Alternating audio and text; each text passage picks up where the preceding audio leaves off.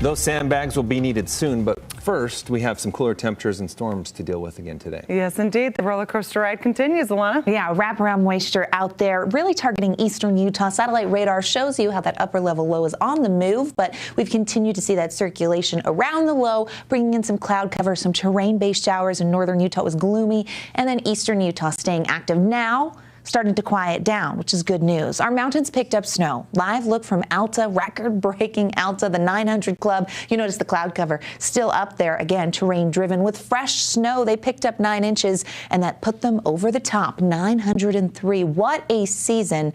My goodness, breaking that old record from 81 and 82, 748 inches. This is the most snow any Utah resort has recorded, and we've had record years for many resorts. That includes Brighton, Snowbird, Solitude, Snow Basin, Park City got a tremendous amount of snow. It's been a huge year. And then you talk flooding. Well, we know that snow eventually is going to melt off, especially the snow that came in with this latest system late April, and we still had snow accumulating, not just in the mountains, but for the benches. Now in the valleys, it was rain, but we're starting to dry out. Live view from Cedar City, where they didn't get much wet weather, sitting at 54 though, they're cooler, and some clouds down there in Iron County, pretty shocked from the Southern Utah University network camera. So this low is digging to the southeast, moving out of the area. That is why we continue to stay unsettled today. By tonight, that moisture is over to the east of us, and we get clear conditions. Now it will be chilly again because it's below average right now. 49 in Salt Lake, usually in the 60s this time of year, but we've got 40s along the Wasatch Front, 50s in Vernal, 50s in Cedar and the Four Corners area, 71 in St. George. Yesterday, they topped out at 81, so 10 degrees cooler than where they were at this point, and that's also the case for Salt Lake, Moab, Green River. Look at some of these numbers. Cedar City, 13 degrees cooler. So that front came through, did its job, northerly flow, brought in some gusty winds,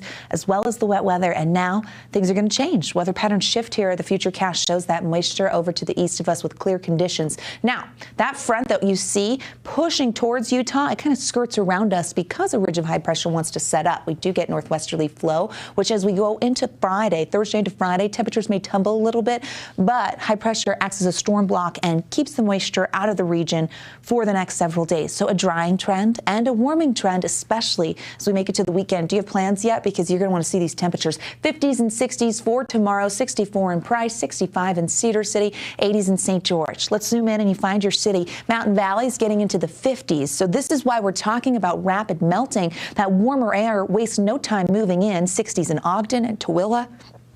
50s and 60s in the central portion of the state. A lot of sunshine in the basin towards Green River and over towards the I-70 corridor. 50s and 60s for the highs. Lows still hovering close to the freezing point. Below it in some spots, above it in others. Chilly in the higher elevations. Bryce Canyon shows that. The 22 for the overnight low. 50s for tomorrow. 81 in St. George. So the 80s make a quick comeback. Here's a check on that 7-day where we see the winds and plenty of sunshine, and then the 90s. Yeah, by Saturday, 90 degrees pops up in St. George. We will see those 90s holding on for several days. The winds start to whip at the beginning of next week. That will upslope and cool Washington County. Wasatch Front dry for the next little while. So we get through the showers today and then things really quiet down. Our temperatures climb back into the 80s for the latter half of the weekend and into next week. That is a quick warm up. Yes. And we just got snow this morning. So we had snow on our deck this morning. Yeah. So big change. We've seen this happen already once this year.